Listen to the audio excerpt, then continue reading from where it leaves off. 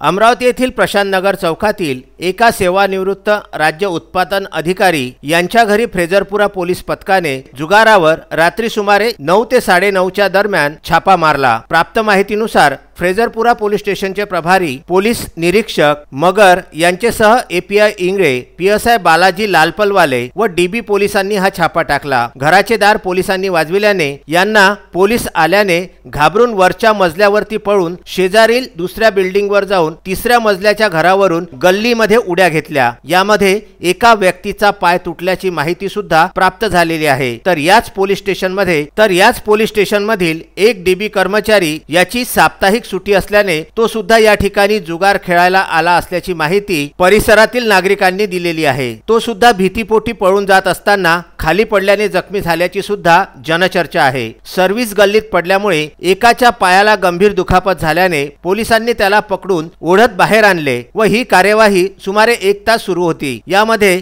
या सेवानिवृत्त अधिकाऱ्याच्या घरीच मनोरंजन आणि करमणूक याचे शासन मान्यता प्राप्त केंद्र असल्यामुळे त्याच्या नावावर वरच्या मजल्यावरती जुगार सुरू असतो। यापूर्वी शहर गुन्हे शाखा आणि फ्रेजरपुरा पोलिसांनी याच माजी अधिकाऱ्याच्या घरावरती 2दा छापा सुद्धा टाकला होता। घरातील जुगार साहित्य आणि इतर साहित्य सुद्धा जप्त केले होते। मात्र रात्री टाकलेल्या छाप्यामध्ये पोलिसांनी कुठल्याही प्रकारची कार्यवाही न करता दोघांना गंभीर मार लागल्याने हे प्रकरण अंगलट येण्याच्या भीतीने कुठल्याच प्रकारची कार्यवाही करण्यात आली नाही।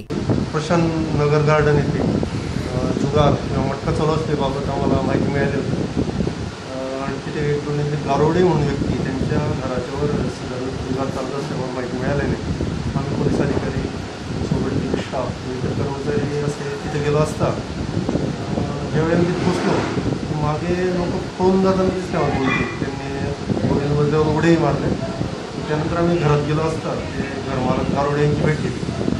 त्यांनी सांगितले ते क्रीडा मंडळ म्हणे आमचं आणि त्या संबंधित आमच्याकडे लायसन्स आहे, त्यानुसार मी रमी, कॅरम किंवा योगा असे आम्ही खेळ किंवा मनोरंजनाचे प्रकार आहे ते करू शकतो आणि हे लोक त्यासाठी झालेले होते। आणि आम्ही जेव्हा तिथे सर्च केलं असं काही संशयास्पद आढळून आले आणि त्यांच्याकडे डॉक्युमेंटेशन वगैरे असल्याने प्रथमदर्शी तरी काही जुगार वगैरे आढळून आलेलं नाही। आणि जुगार न आढळून आल्यामुळे आम्ही त्याच ठिकाणी तसंच त्यांचे कागदपत्र मागणी केली आणि त्यांनी ते हजर केली। तसंच ते आज स्वतः इथे येऊन उरलेले जे कागदपत्र वगैरे आहेत आज तिथे झेरॉक्स बनत रात्रीच्या वेळी त्यांनी दिले नव्हते ते आज येऊन देणार आहेत। अजून अधिक तपास करतो की ॲक्च्युअली खरंच जुगार चालतो। काल प्रथमदर्शी तसं काही आढळून आलं नाही आणि आमचे पोलीस वगैरे काही कोणी जखमी वगैरे झालेलं नाही। फक्त हे लोक जे पळून गेलेले तिथे उड्या वगैरे मारल्या ते काही जखमी आहेत का त्या संबंधी आम्ही तपास करतो। अजून तरी तशी काही माहिती उड्या मारल्याने काही कोणी जखमी झाले अशी माहिती मिळाली अद्याप तरी तशी काही माहिती किंवा कुठे काही ॲडमिट असल्याबाबत आम्हाला फोन किंवा काही मेमो प्राप्त झाले नाही। त्यामुळे गारोड्यांना शासन मान्यता असल्यामुळे ते सुद्धा पळून गेले, काही जर पळून गेले तर पळून जाण्याचं कामच नव्हतं। काय सांगला आपण पळून जायला नको होत त्यांनी, पण या गारोड्यांना जेव्हा विचारलं तर ते म्हणे तुम्ही दरवाजा ठोकला आणि पोलीस पाहून त्यांचा असं समज झाला की पकडायला झालेले त्यामुळे त्यांनी पळाले म्हणे। आता आम्ही तर थांबलो आहेत म्हणे आम्ही गावात याच्यावर काही गुन्हा दाखल काही सध्या तरी तिचं काही संशयास्पद आलं नाही आणि चौकशी चालू आहे। पण तीन प्रकारे त्यांच्याकडे CCTV सुद्धा आहे, समजा काही आपल्याला आढळून आलं आपण काय काळजीची बाबत करतो।